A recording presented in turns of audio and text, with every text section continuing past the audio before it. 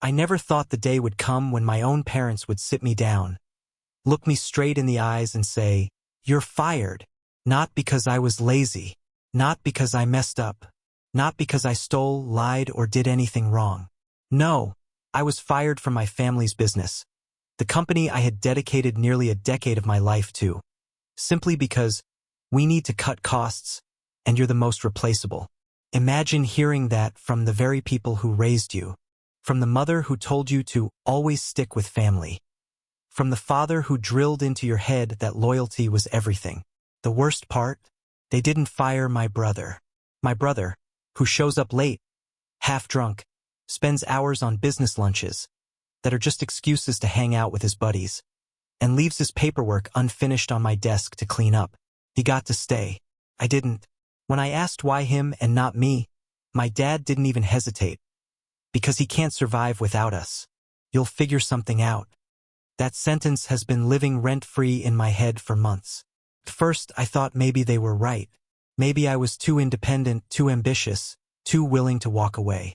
But the more I replayed that conversation, the more I realized the truth. It wasn't about money, or survival, or business at all. It was about control. They never wanted me to stand on my own 2 feet. They wanted me under their thumb, forever grateful, forever indebted. Being fired should have crushed me, and for a while it did. I spent weeks in my apartment, staring at the walls, feeling like my entire identity had been ripped away. My friends didn't understand. My girlfriend at the time dumped me, and every family gathering was a fresh reminder that I was the outcast now. But here's the twist. Being fired by my parents turned out to be the best thing that ever happened to me. Because 6 months later, I was working at their biggest competitor. And not just working, thriving. For the first time, I wasn't the boss's son or the guy who got the easy path. I had to earn everything. And I did. Now, 2 years later, my parents' company is on the verge of collapse. Clients are fleeing, debts are piling up, and guess who's leading the very team that's taking their market share piece by piece? Me. And here's where the real conflict starts. Last week, my parents called me. They want me to come back. Not just as an employee. They want me to save them. And I can't tell if helping them makes me the bigger person or the biggest fool. The day they fired me still feels like a fever dream I can't quite wake up from. It was a Tuesday. I remember because Tuesday mornings used to be our weekly family meeting in the office. We'd all sit around the long oak conference table. My dad at the head, my mom taking notes, my brother half asleep and scrolling on his phone while I laid out the actual numbers, client updates, and project deadlines. But that Tuesday was different. The energy in the room was heavy, tense. My mom wouldn't look at me, and my dad kept clearing his throat like he was about to give a speech he didn't want to make. Finally, he said, "Son, we've been reviewing expenses, and we've decided we can't afford to keep you on payroll anymore." I laughed at first. Actually laughed. I thought it was some messed up joke. I even glanced at my brother, waiting for him to smirk or roll his eyes. But he didn't. He just sat there, staring at the table, looking guilty but not guilty enough to say anything. I asked, "So you're firing me? From my own family's company? The company I've been running while he..." I pointed straight at my brother. "Plays golf and racks up client dinners that never turn into actual clients." My mom flinched. My dad didn't blink. "It's not about performance. It's about necessity. Your brother wouldn't make it on his own. You will. We're just reallocating resources." Reallocating resources. That was the phrase they used to justify cutting me out of my own family's future. The meeting ended quickly. No severance. No plan. Just a pat on the back from my dad and a half-hearted, "You'll land on your feet." My brother avoided eye contact the whole time, and when I stormed out, I swear I heard him let out a sigh of relief. That night, I sat alone in my apartment, drinking cheap whiskey and staring at the ceiling. Rage doesn't even begin to cover what I felt. Betrayal, humiliation, devastation. All tangled into one knot in my chest. I had spent years cleaning up my brother's messes, fixing his numbers, covering for his screw-ups. All because I thought someday the company would be mine. Or at least partly mine. That it would be my legacy, too. But in one afternoon they made it clear I was disposable. Family dinners after that were unbearable. My parents acted like nothing happened, like it was all just business. My brother suddenly had this smug confidence, like he'd finally won something. And me? I stopped going after a while. Every time I sat at that table, I felt like an outsider in my own family. And maybe that was the first time I realized something important. Sometimes blood isn't thicker than water. Sometimes it's just another chain holding you down. At the time, I didn't know what the future would hold. I didn't know I'd get the chance to strike back, or that the same family who discarded me would one day come crawling. But the seed was planted that night. The seed of independence. The seed of revenge. And once it started growing, there was no stopping it. Losing my job at the family business felt like losing my identity. For weeks, I spiraled. I stayed in bed until noon, lived off takeout, and avoided texts from friends who kept asking, "So what's next?" I didn't have an answer. My entire plan had always revolved around the family company. Without it, I felt like I had no roadmap, no direction, no future. One night, after too many whiskeys, I pulled up my old resume. It was embarrassingly thin. Sure, I had experience, years of it, but every single line was tied to my parents' business. To the outside world, I was just another nepotism hire. Nobody would see the late nights, the extra work, the times I saved contracts that should have gone belly up because my brother was too busy drinking with potential clients. That realization lit a fire in me. If I was ever going to make it, I had to prove to myself, to the industry, maybe even to my parents, that I could stand on my own. I started applying everywhere. Most companies didn't even bother to call me back. Some did, but the interviews felt condescending. "So, you just worked for mommy and daddy? Must be nice." But then, out of nowhere, I got a call from Crestwell and Partners. If my parents' company was a small-town empire, Crestwell was a kingdom. Bigger contracts, bigger clients, higher stakes. They were the competition. The interview was brutal. They grilled me for 3 hours, throwing scenario after scenario at me, testing if I actually knew my stuff or if I'd been coasting on my last name.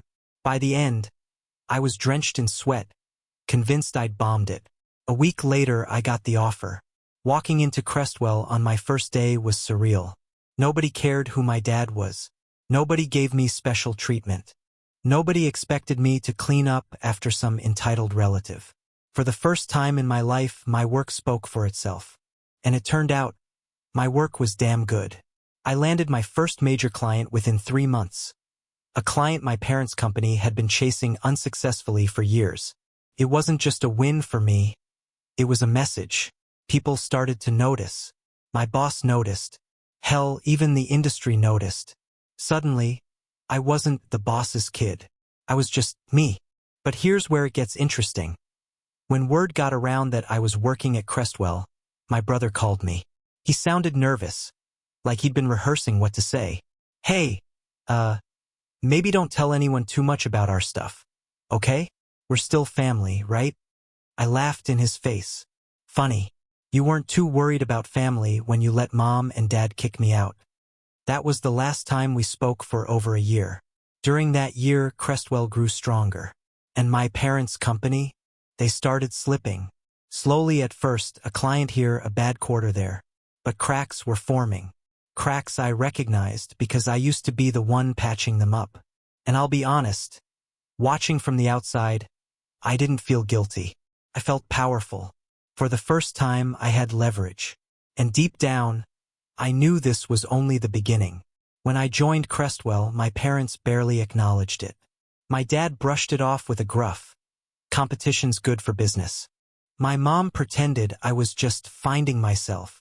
My brother, he told people I'd sold out. But within a year, the tone shifted. It started with whispers I heard from old contacts. Clients who used to swear loyalty to my parents' firm suddenly weren't happy. Deadlines were missed. Reports were sloppy. Meetings ended with more excuses than solutions. And at the center of it all was my brother. The indispensable one they couldn't afford to lose. See, my brother had always been reckless, but now he was reckless without a safety net.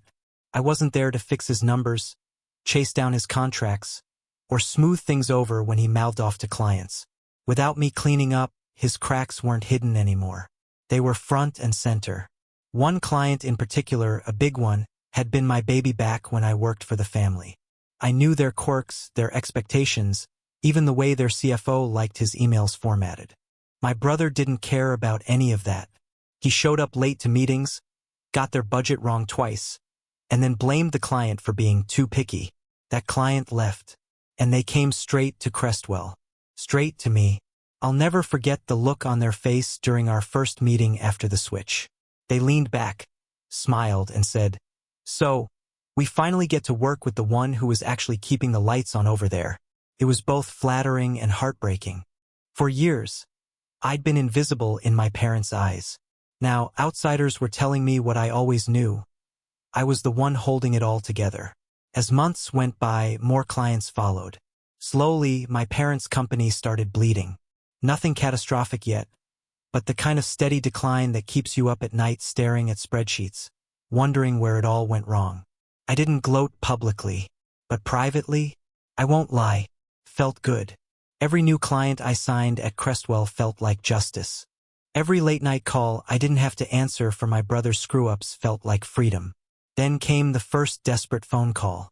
It was my mom.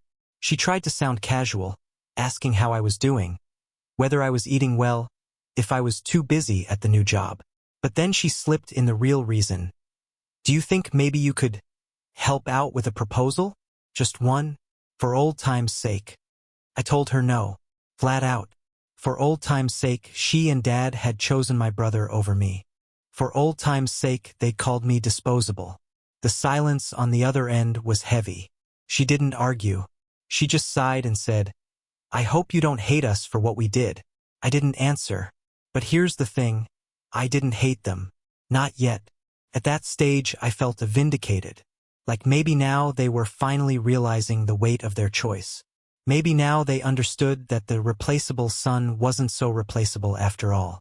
And as their company sank deeper into the quicksand of my brother's incompetence, I couldn't help but wonder, how long until they came crawling not just with phone calls, but with begging? Spoiler, it didn't take long. The call that changed everything came on a rainy Thursday evening. I was still at the office, reviewing a contract, when my phone buzzed. Dad's name lit up the screen. We hadn't spoken directly in months.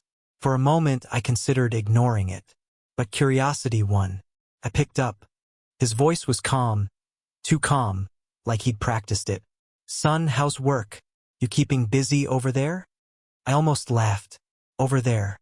As if Crestwell was some summer camp I was attending, not the place eating his market share alive. I kept my tone professional. "Busy, yeah. What's up?" He danced around it at first. Talked about the economy, about challenging times for everyone, about how some clients just don't understand loyalty these days. Finally, he got to the point. "We were thinking, maybe it's time you come back, help steady the ship.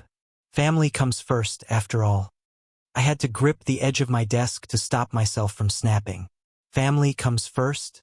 This was the same man who fired me because I was replaceable. Now that the company was crumbling, suddenly I was essential again? I asked him point blank, "What about my brother? Is he still there?" A pause. Then, "Of course, he's family. He just needs a little more guidance. That's where you come in." And there it was. They didn't want me back as a partner. They didn't want me back with recognition or respect. They wanted me back as the babysitter, the cleaner, the safety net for my brother's failures. I told him I'd think about it. Not because I actually would, but because I wanted to hear how far they'd go. The next day, Mom called. Her tone was softer, almost pleading. "We miss you. Things just aren't the same without you. Maybe we can put the past behind us?" I asked her if she remembered the exact words Dad used when he fired me. She went quiet. I repeated them for her. "You're the most replaceable." She started crying. Said they never meant it that way, that they were under pressure, that sometimes parents make mistakes. Here's the thing. If they had come to me honestly, admitted they screwed up, admitted they underestimated me, admitted they chose the wrong son, maybe I would have considered helping. But instead, they framed it like I owed them. Like coming back would be doing me a favor, not them. Like I should be grateful for the chance to crawl back into the position they threw me out of. And that's when I realized something crucial. I didn't need them anymore. They needed me. For the first time in my life, the balance of power had shifted. And I wasn't about to give it up. So I told my mom what I never thought I'd have the courage to say. No, I'm not coming back. You made your choice. Live with it. The silence that followed was deafening. Then she whispered, "You'll regret this. Maybe I would. Maybe I wouldn't." But in that moment, I felt something I'd never felt before when it came to my family. Freedom. And I wasn't about to let it go. It didn't take long after I refused to come back for the cracks to turn into full-on fractures. First, it was the creditors. Rumors started circulating that my parents' company was behind on payments. Vendors weren't getting paid on time, and when they did get paid, the checks sometimes bounced. That kind of thing spreads fast in business. Trust is currency, and once it's gone, good luck buying it back. Then came the lawsuits. A smaller contractor filed for breach of contract, claiming they'd been strung along and left unpaid for months. It wasn't a huge case, but the news made waves in the industry. Suddenly, people who used to respect my dad started whispering behind his back. And the clients, they left in droves. Some came to Crestwell, some went elsewhere, but the effect was the same. My parents' empire was bleeding out, one deal at a time. Through all of this, my brother was unraveling. At first, he pretended everything was fine, posting pictures of business lunches on Instagram like he was still the golden boy. But as the pressure mounted, his mask slipped. One of my old contacts told me he showed up drunk to a major pitch meeting. Another said he screamed at a junior employee until she quit on the spot. He started burning bridges so fast it was like he had a blowtorch in his hand. And my parents? They were stuck defending him. Every time he screwed up, they made excuses. Every time someone suggested maybe he was the problem, they doubled down. I kept hearing the same phrase from people still inside. It's not the company it used to be. It's chaos. Meanwhile, Crestwell was thriving. I was thriving. My team respected me. My clients trusted me. I'd earned my place here, and it showed. Then, about 6 months after that phone call with Mom, I ran into my dad at a networking event. He looked smaller. Not physically, but in presence. This was the same man who used to command every room he walked into, who used to make me feel 2 inches tall with just a glance. Now he looked tired, worn down, like the weight of his choices was finally crushing him. He cornered me after one of the panels. His voice was quieter than I'd ever heard it.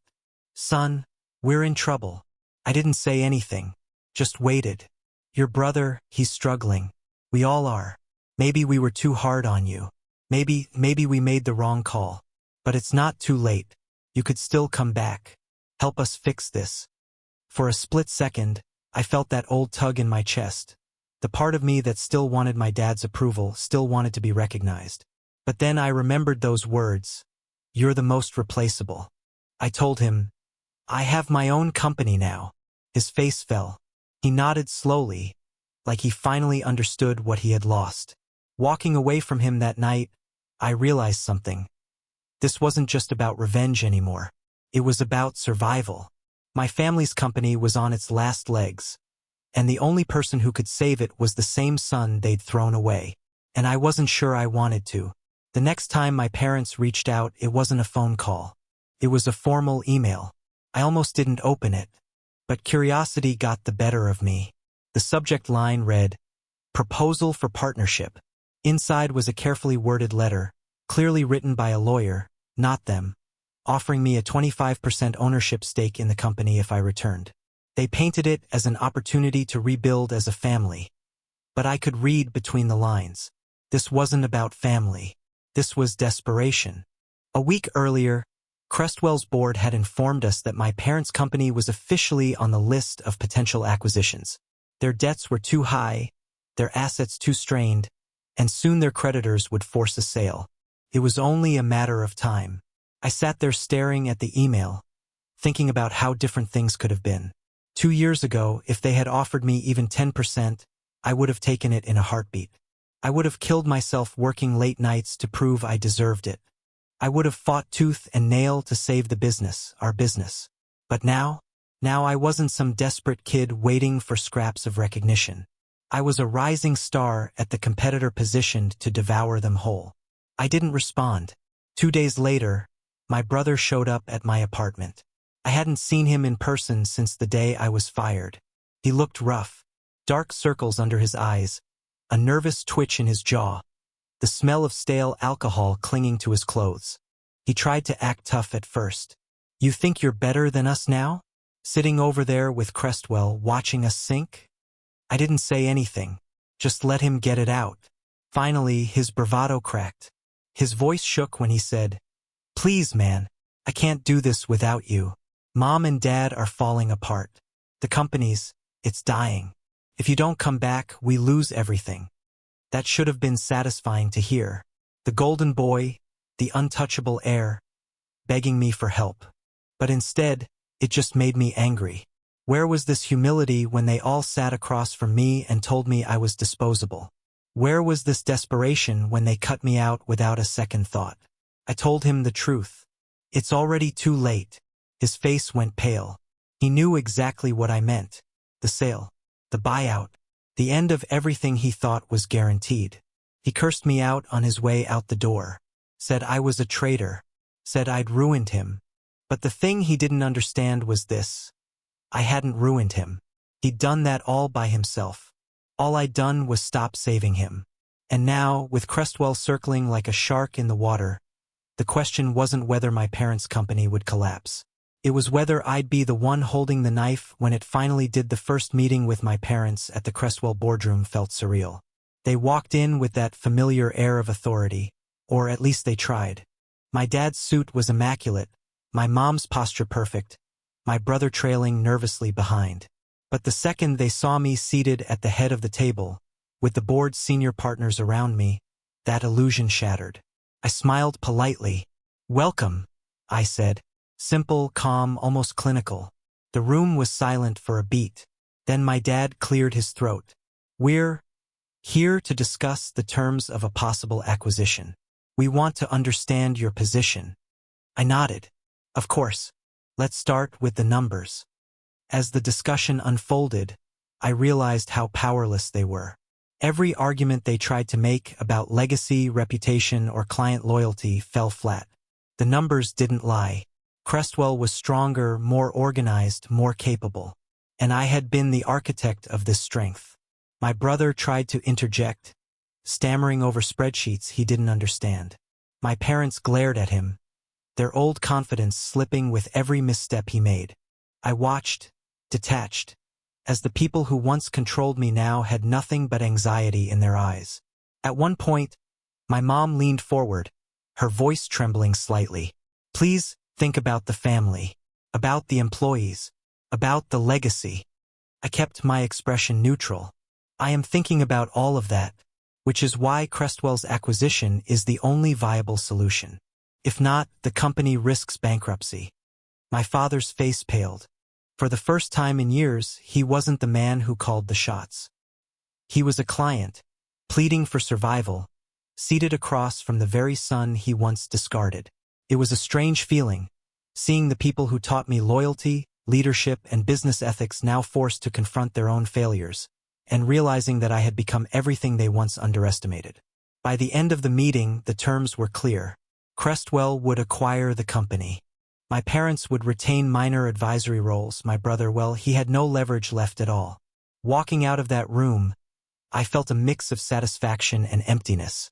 Satisfaction that justice, or maybe karma, had its way. Emptiness because, no matter what, this was still my family. And families, no matter how flawed, leave scars you can't erase. As we left, my dad caught my eye. For a moment, I thought I saw a flicker of regret, or maybe it was just fear. Either way, the power dynamics had shifted permanently, and I was standing on top. The day Crestwell sent the official acquisition offer, my inbox felt heavier than any burden I'd ever carried. I opened it slowly. The numbers were final.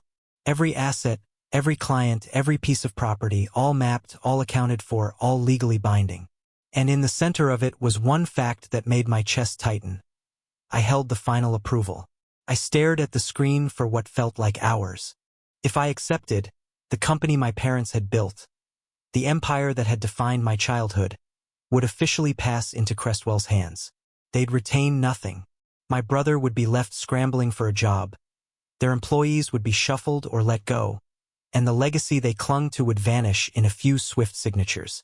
And yet, they had fired me, called me replaceable, chose my brother over me, humiliated me. Part of me wanted to push the button immediately, to feel the sweet, cold satisfaction of power fully realized.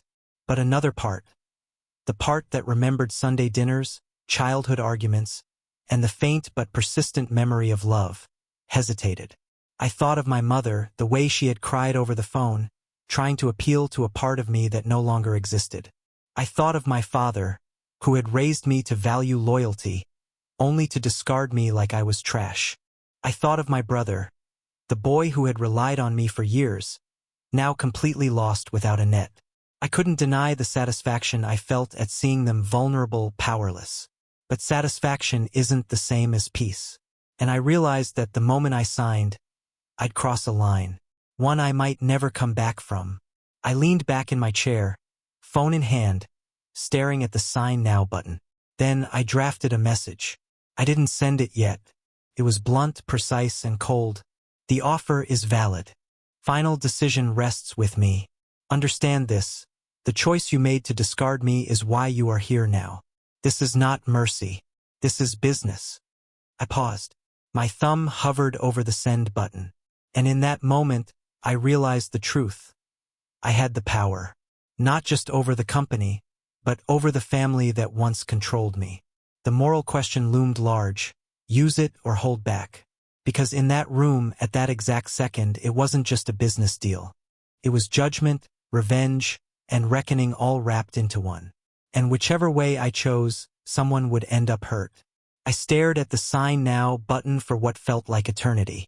Memories flashed in my mind, childhood arguments, my first promotion in the family business, nights I spent covering my brother's mistakes, the sting of being called replaceable. Every scar, every humiliation, every moment of loyalty ignored came rushing back. And then I thought about my own life. The hours I'd worked at Crestwell, the respect I'd earned, the clients who trusted me, the independence I had fought for. The thought of giving all of that up to save a family that had once discarded me made my chest tighten. I exhaled. I typed a message instead of signing immediately. I will not be taking over the company. The decision you made to fire me is why you are in this position. Crestwell's offer stands. I will approve it on their terms. This is not revenge. This is business. The choice was yours. Send. The silence that followed was deafening. My phone buzzed almost immediately. Multiple missed calls from my mom and dad. I ignored them. I needed distance, clarity, and space to breathe. A week later, Crestwell officially acquired the company. My parents retained minor advisory roles, my brother was left scrambling for employment, and the employees, well, some stayed, most left. At the first family gathering since the sale, the tension was palpable. My father wouldn't look me in the eye. My mother spoke in clipped sentences, forcing smiles that didn't reach her eyes. My brother avoided me entirely, a mixture of anger and shame written all over his face. "You did what?" he finally whispered when I passed by. I didn't answer. In that moment, I felt a strange mix of triumph and emptiness. I had exercised power, claimed my independence, and ensured I wouldn't be trampled again. And yet, I still felt the ache of family ties. Twisted, painful, irreparably damaged. I posted on Reddit later that week. AITA for refusing to save my parents' company after they fired me, and instead letting my competitor buy it?